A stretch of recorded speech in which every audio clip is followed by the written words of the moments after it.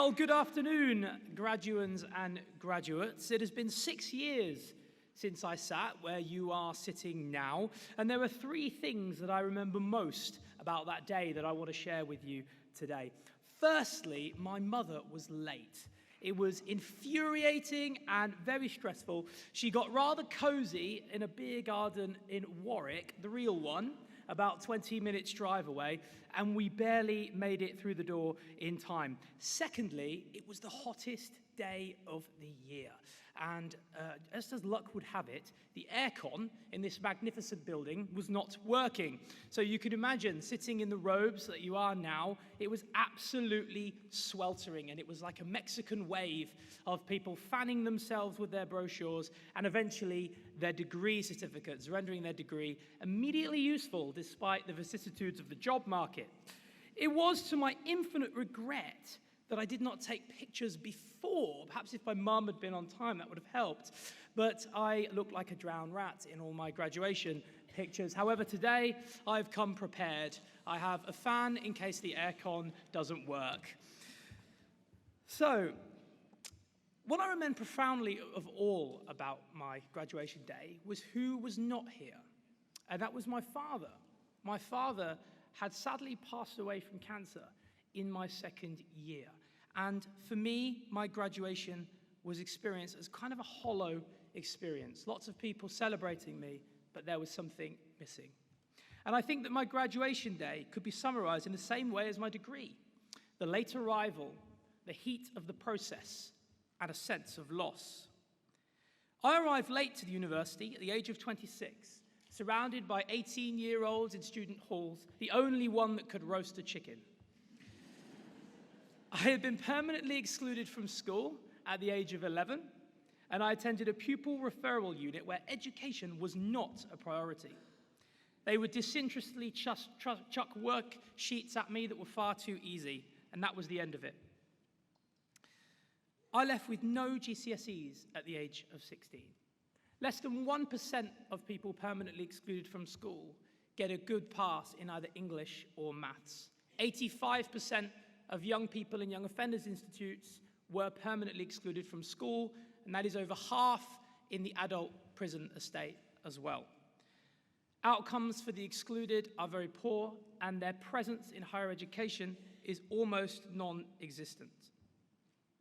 The heat of the process. I handed in my first essay, and the tutor asked me if it was a draft copy. It was not. I'd worked really hard on it, but my grammar was awful. I had never learnt grammar and had to teach myself whilst I was here. Imagine that with the pedigree of some of the peers that have been to well-known private schools. I'd also never taken an exam in my life. In the exam hall, surrounded by so many confident young people scrawling fast on the sheets, I was stunned. I experienced anxiety. I walked out of that exam. I failed my first year. I had to attend a resit. I went on to join the Centre for Lifelong Learning.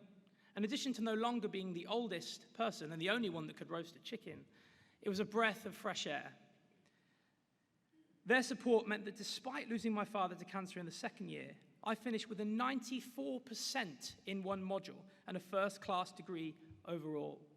I remember sitting where you are, looking at my name in the brochure and worrying that there was a little asterisk next to my name, thinking, does that mean I haven't got a real degree? Does that mean that I haven't got my results or something? It was only when my neighbor next to me said, oh, look at you getting a first class, I could finally relax. Warwick is a fantastic institution. I went on to attend both the universities of St Andrews and the University of Oxford, institutions with a combined age of 1,600 years to Warwick's 60. But I'm going to throw them under the bus and say this was the best, not just because they invited me here today, but genuinely as the most forward-thinking of the three.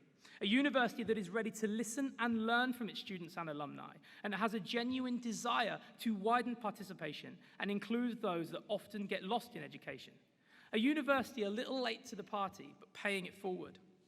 Since graduating, I've had the immense privilege to travel around the country, be on television and radio talking about my story and how I went on to become the first person to go from a pupil referral unit to the University of Oxford. And the emails I've had from people that have said they have been inspired to return to education have, for me personally, filled that hollowness I felt on my graduation day, and I know my dad will be proud. Which brings me to speak to loss. I know some of you today will be sitting with some grief, sometimes defined as love with nowhere to go.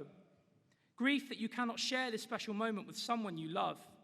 I want to share with you now the most important thing I've learned since graduating. All of you will go on to do great things in all kinds of measures. Many of you will end up not doing the thing you thought you would do, but will love what you are doing now all the more. Some will do exactly what they have planned, and better still. You will not always be able to influence who joins you for the ride, but you can inspire others to take up the ride for themselves. Throughout your life, you will encounter people that need your encouragement. Each and every one of you will have got here today, like me, through the challenges of your own lived experience. Difficult backgrounds, broken homes, poverty, grief, neurodivergence, disability, mental health problems, abuse, racism, sexism, religious trauma, homophobia, transphobia, people telling you that you aren't enough and you couldn't do it, and yet you did. So in your incredible careers, whatever it is you choose to do, my exhortation to you is acknowledge your immense achievement and your deep gifts that you have acquired through your lived experience, in all their lateness, messiness, sweatiness, and sadness, and use your story to inspire others, because that, despite our best efforts, may be the degree to which we truly measure our success. Thank you all, and congratulations.